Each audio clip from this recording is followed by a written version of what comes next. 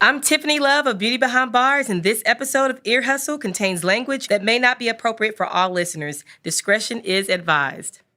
Hi there, my name is Carly, and I am in love with someone who is currently incarcerated. I was just calling to share my funny prison story. My husband's done 41 years. I've done 25 of them. Hi, this is in response to the love stories. I just did 10 years in a Texas prison. My prison romance started about 30 years ago. And the story that I have is a little bit sad. So I left a message earlier, but I don't think I explained it very well. Met an incredible heiress. She's been my Christmas Eve gift. She's been my Christmas gift. She's been my New Year's Eve present. I fell in love with him. He fell in love with me. And now we are waiting back for our papers because, yes, we currently said I do to each other. There's our story.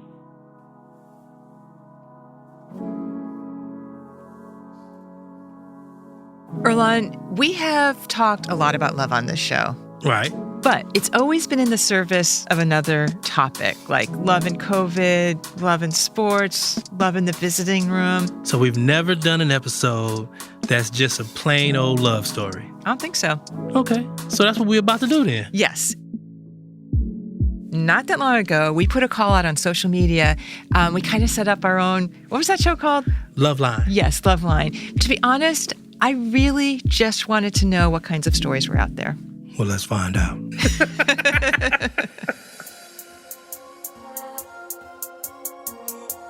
Today, we're going to tell a prison love story. And unlike most of those callers, this one takes place entirely within the prison walls. I'm Nigel Poor. And I'm Earlonne Woods. And this is Ear Hustle from PRX's Radiotopia. Love Line edition.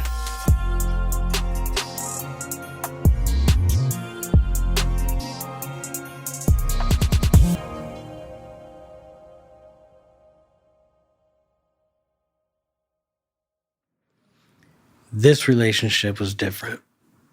This wasn't a fairy tale. It wasn't some country music love song. So it wasn't what I thought love was going to be. I felt so comfortable just talking about what I was afraid of. That's what being in love was like for me.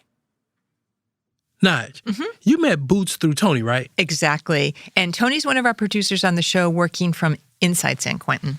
And he told you in New York to bring this cat in for an interview. Yeah, and to be honest, Earlonne, I wasn't exactly sure what we were going to talk about, but Boots sat down and started telling this story. So in 2019, this guy came to San Quentin, and he and I hit it off immediately. The connection was so good, I literally remember the day. He walked me back to West Block, and he showed me a couple of his tattoos, and his way of flirting was, maybe I'll stop by your cell and show you the rest of my tattoos sometime, And I laughed. I was like, yeah, sure, I took a few more steps, and then I said, wait, are you fucking serious? Right? Because I thought he was joking. What, me? You gotta be kidding me, right? I couldn't believe that someone as amazing as him would take an interest in me. Like, Max is a 9, and I'm like a 2. And, he chased me, not the other way around, He's got a beautiful smile, and he's got this intelligent sense of humor, smart sense of humor. And he's got this, rich voice, it's just, it's nice to listen to. There's, all this stuff about him that's just very, very attractive, right? Since this is audio, since you've described him in depth, will you describe yourself in depth? I'm short, fat, and ugly. 3 easy words to just take very good care of that description right off the bat. Oh yeah, I've got these tiny little ears that look like chicharrones, like little pork skins. I got a question for you, Nige. Yes? How does his ears look like chicharrones? Okay, well, it was funny that he used that word because I think I really love chicharrones, right? Whenever we go on a road trip, that's my snack. Right. I recognize those ears. There's just little curly, small, kind of like a shrimp. So Max and Boots started dating, and it's a little hard for me to imagine because, honestly, I don't know if I can think of a less romantic place in the world than a prison. What? I mean, there's no privacy. Where do you go on dates? Well, I mean, you got to look at it probably through the eyes of the individuals that's falling in love, you know? It probably looks like a Venice or something. Right, so what you're saying is when you're in love, everything looks beautiful? Probably looks totally different.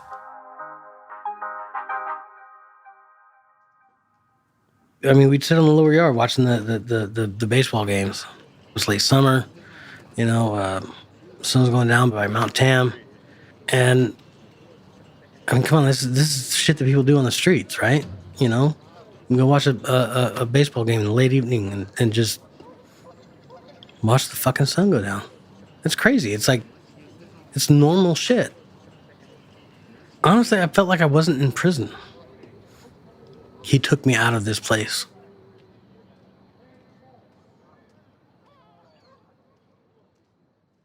Earlonne, I know you missed a lot of things when you were in prison, but listening to Boots made me wonder, what about dating?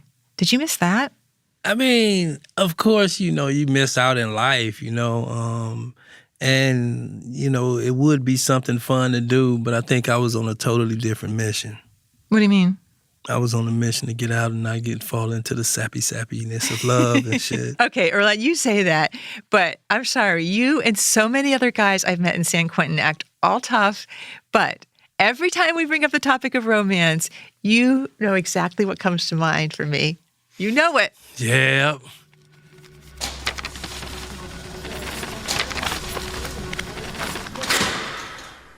Everybody's seen The Notebook by now, right? Is it like spoiler alert thing? I haven't. You haven't? No, I haven't seen it either.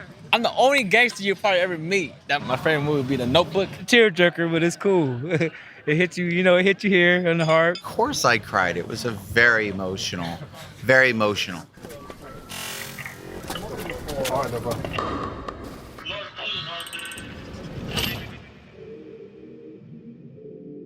The Notebook, Nigel? How many times you gonna bring this up? This was from an episode we did back in season 4.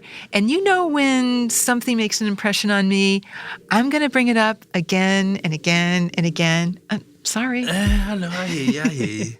I think dudes in prison just get hella sensitive about shit. You know what I'm saying? Because you're not in the main fold of everything. You're not like taking someone out on a date. You're not doing none of that. So you kind of like live in the movies and in your mind. But for Boots and Max, they didn't have to live in the movies because they were living it in prison. Yeah, but it's not that simple. You know what I'm saying? Because there are definitely a lot of guys in prison who aren't okay with people being gay. And to be honest, I don't think this happens a lot. But sometimes, I mean, there can be violence. Yeah, I mean, I gotta say, the prisons I've been to are some of the most homophobic places I've ever been. And for Max, it got really bad. Boots said the problem started when Max moved into a new housing unit. H unit.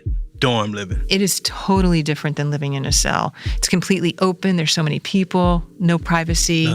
You're really exposed. Immediately, the stresses, the problems, the harassment. He's the only gay guy in the building he was in. He's not a weak guy. He's a Marine Corps vet, and he's not flamboyant either. Not a person who bothers people, gets in their way. He's not a rat, not any of that stuff. Got along very well with everyone, but one guy.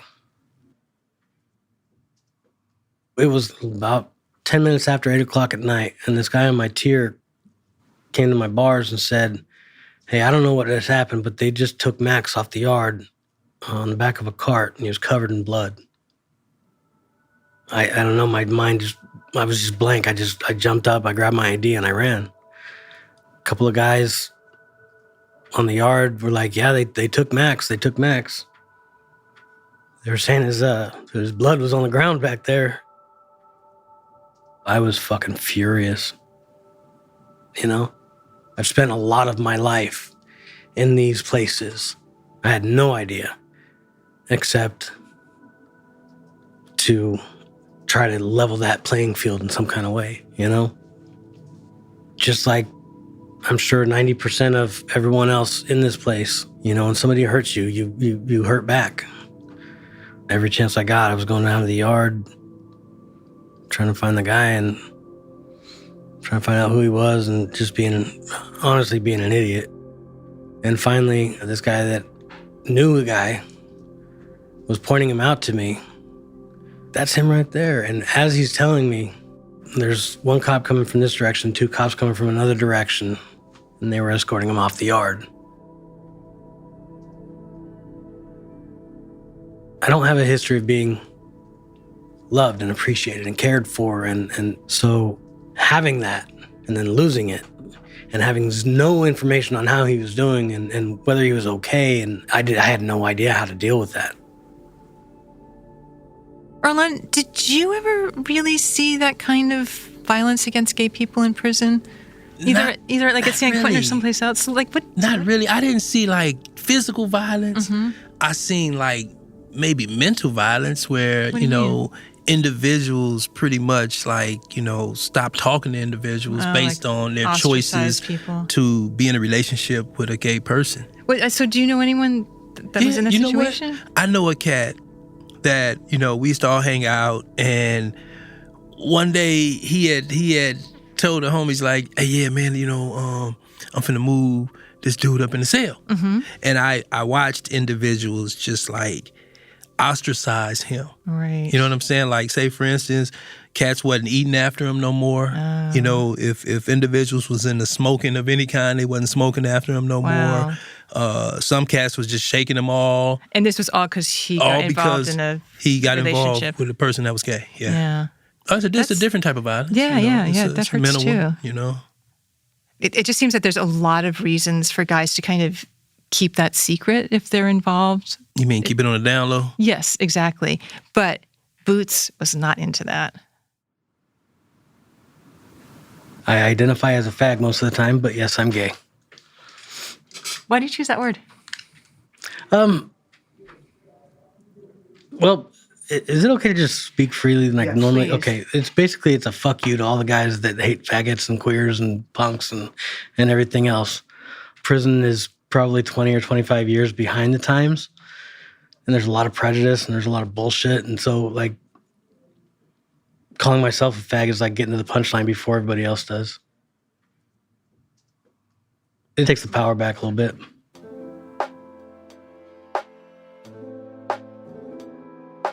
I'm just wondering, like, we always hear this thing, like we can take the power back from words by just calling ourselves that. And I wonder if that's what's really happening. Or do we just is that just our coping mechanism? Well, it probably is part that. It's maybe a mixture of both. I don't think everything is as clear cut psychologically as just one thing. But hearing the words on the tier like I do, even in here where I work at, I hear it. I hear it all day, every day. And my way is to just be like, you know what? Fuck it, I'm gonna own it. I'm a fag. If you don't like it, that's your problem. That's not mine. I want to point out the way you said the word faggot. You said it in a very different way, which was with gusto and some kind of, I would say, almost relish. When you said it to me the first time, I was like, oh, he really loves that word. I think maybe it might help to understand, too, where I came from. I didn't actually come out of the closet until my 30s. I had experiences, but I didn't own it. I've hated gay people. I have attacked men for acting in a way that I perceived as being feminine. Now that I've not only come out, but also overcome a lot of the prejudice and the stereotypes and the being in prison and being one of the most hated demographics, or if not hated, then at least stereotyped. When I call myself a fag, I'm a big old fag, I own that shit. It's mine, And that's kind of the way I see it. Yeah. I'm a man who loves men. What's the big deal, Yeah.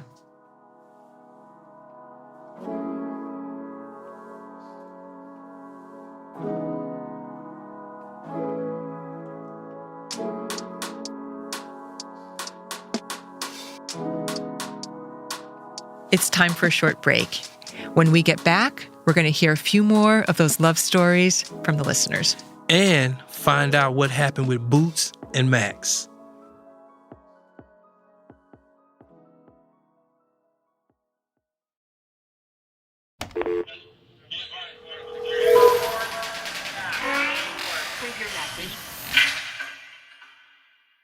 Hi, Nigel and Erlon. Back in 2003 when I was at CRC down south, I was going out with this girl named Bo, but Bo was a hoe, and she would go out with everybody. She would always try to turn all like the straight girls, turn them out. And so finally, after a while, I wrote a letter to Art LeBeau Sunday Night Special. We would listen to that every night on Sundays, oldies, and I had them dedicate a song to Bo, So Gone by Monica. I thought that was funny. My prison romance started about 30 years ago when my live-in boyfriend got a life sentence. I was only 21 at the time, so I didn't feel that I could stick around, and I left. But I never got over him, never got married. And then when COVID started, I found your podcast and started writing some incarcerated people as a pen pal thing. One of my pen pals was on his 25th year and told me that people with long sentences either get better or bitter, and I should reach out and find out which he was. So I wrote Khalil, and he is better. He is awesome. We are engaged, and we'll be married in the fall. I met my fiancée, Ayana, in 2006. She was a lifer, and I was doing time with her. I walked up to her, told her that she was very beautiful, that I needed to get to know her. She replied that we should be better off as friends. Our love grew deeper, and then I proposed to her, knowing that she's a lifer. She said yes. She went to board last year and was found suitable for parole. She's coming home in April, and we will now make our love real out here. It's been quite some crazy thing for me to be good on the outside without him. Today is Monday. It's my first day at work of the week. I'm very grumpy on Monday. Coming back to the realizations of this is my life, and this is what I go through, and this is what I struggle with. So you said something about he was in the hospital for 23 days? 23 days. So back to Boots and Max. Max was in bad shape. As we heard earlier on the show, he had got beaten up badly by a guy in his housing unit. He had to have spinal fusion surgery, had to have his jaw put back together because the entire bottom half was split. The hinge of his jaw was shattered. His nose was broken. His eye socket was shattered. He was between Marin General Hospital and the hospital here for 23 days. Eventually, Max was brought back to the hospital at San Quentin. But it wasn't like Boots could visit him there. Nope. I used to go out to the yard at night and hold up these signs to him, you know, to his window. He's on the 4th floor. I knew what room he was in. What would they say? Yeah, it said, "I woof you." It says what? I made these signs on poster board taped together, you know, and I held them up, said, you know, come back, come back, come back. I actually made a shirt one time, took a white T-shirt and put a big old paw print on it. That's like, you know what I mean? Like, it's adorable and it's so wonderful. But like, prison is not a place where you think of people showing, you know, that kind of fun-loving, exuberant, I don't care, I just love this person kind of spectacle. I got to ask New York a question. What does it feel like hearing about someone experiencing this kind of love in prison? I'm jealous because I don't have the same opportunity. Do you think that drives some of the homophobia? I don't know, but I'm definitely jealous. I'm definitely hating now. Yeah, New York, that's got to be hard. Yeah. You know, Erlen, I was really struck by New York's reaction. That kind of jealousy never occurred to me before. Well, I mean, you know, prison can be really lonely. I mean, there's a lot of feelings that you put on hold, you know, while you're in there. Yeah, I bet. Finally, after 23 days, Max was released from the hospital. Boots said he first caught sight of him as Max was being escorted down the tier by guards.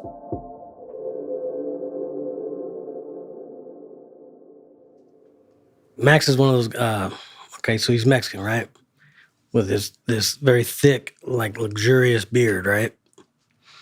But when he first came back, from the hospital. He hardly had any beard at all because, he had to have surgeries and all this stuff.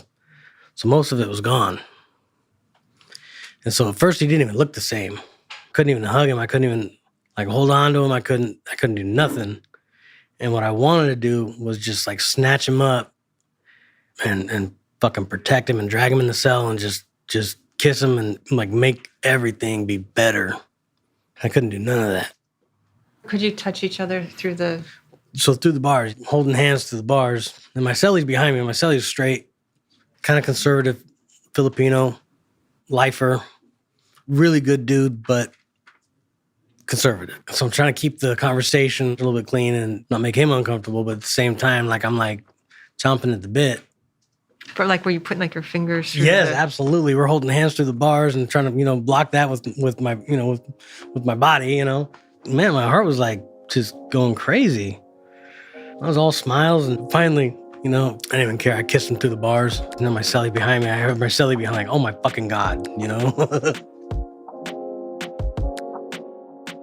what was kind of cool? Talk to me.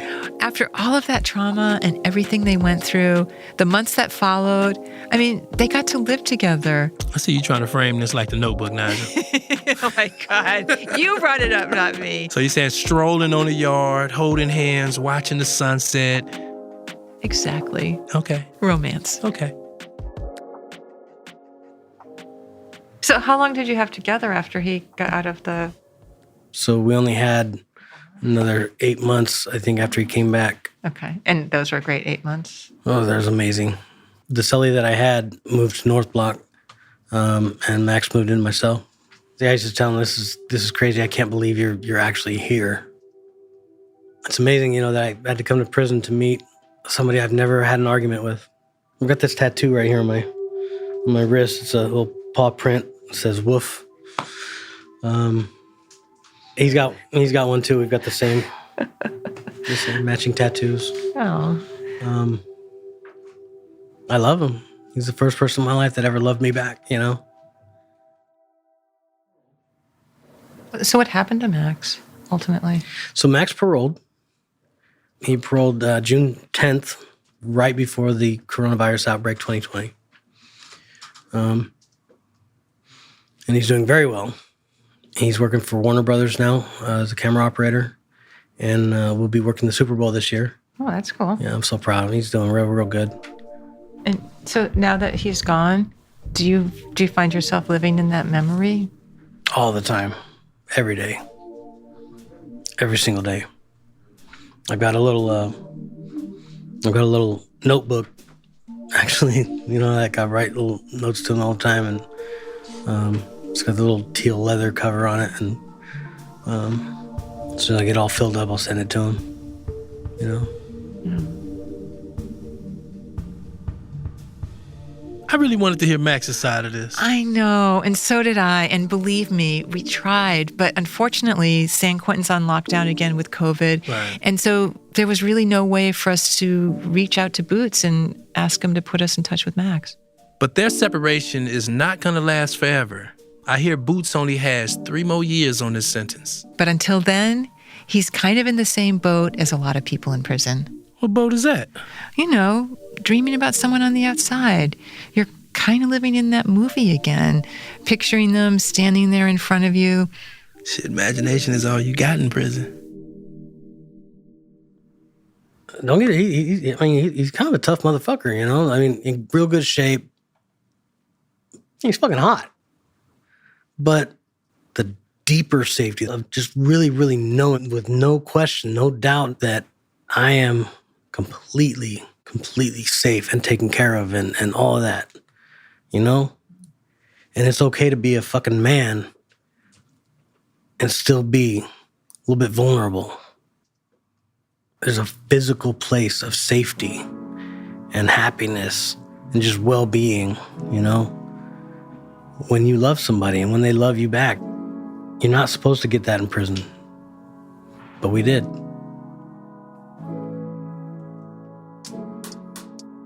So this has definitely gone on for longer than 60 seconds. But my phone number is 530. And I've never been more in love with her ever.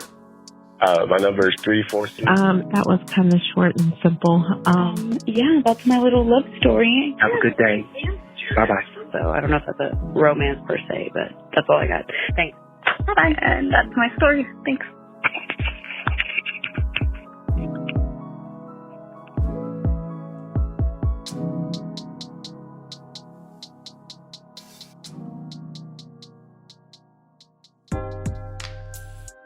Ear Hustle would like to thank Samantha, Audrey, Adelaida, Becca, Carly, Andrea, Adriana, Jaquia, Lilia, Kit Kat's Pretty D, Talena, M, Trish, Sean, and me, Becky, and everyone else who called in to tell us a love story.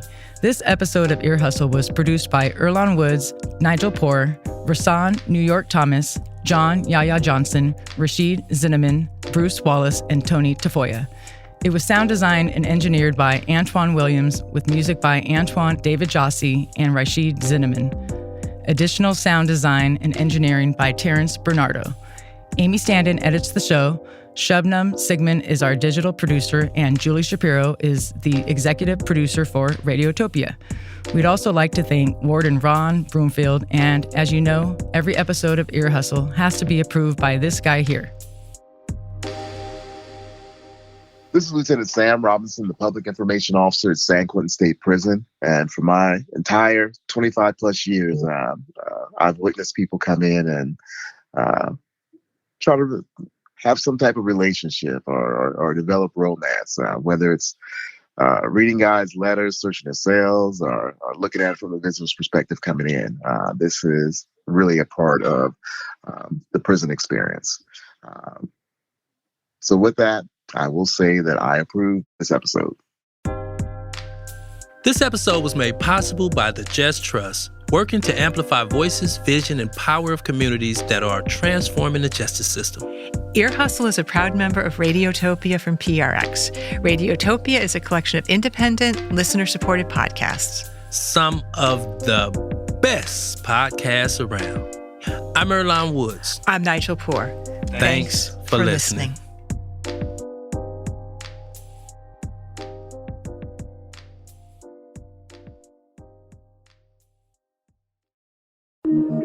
Radiotopia.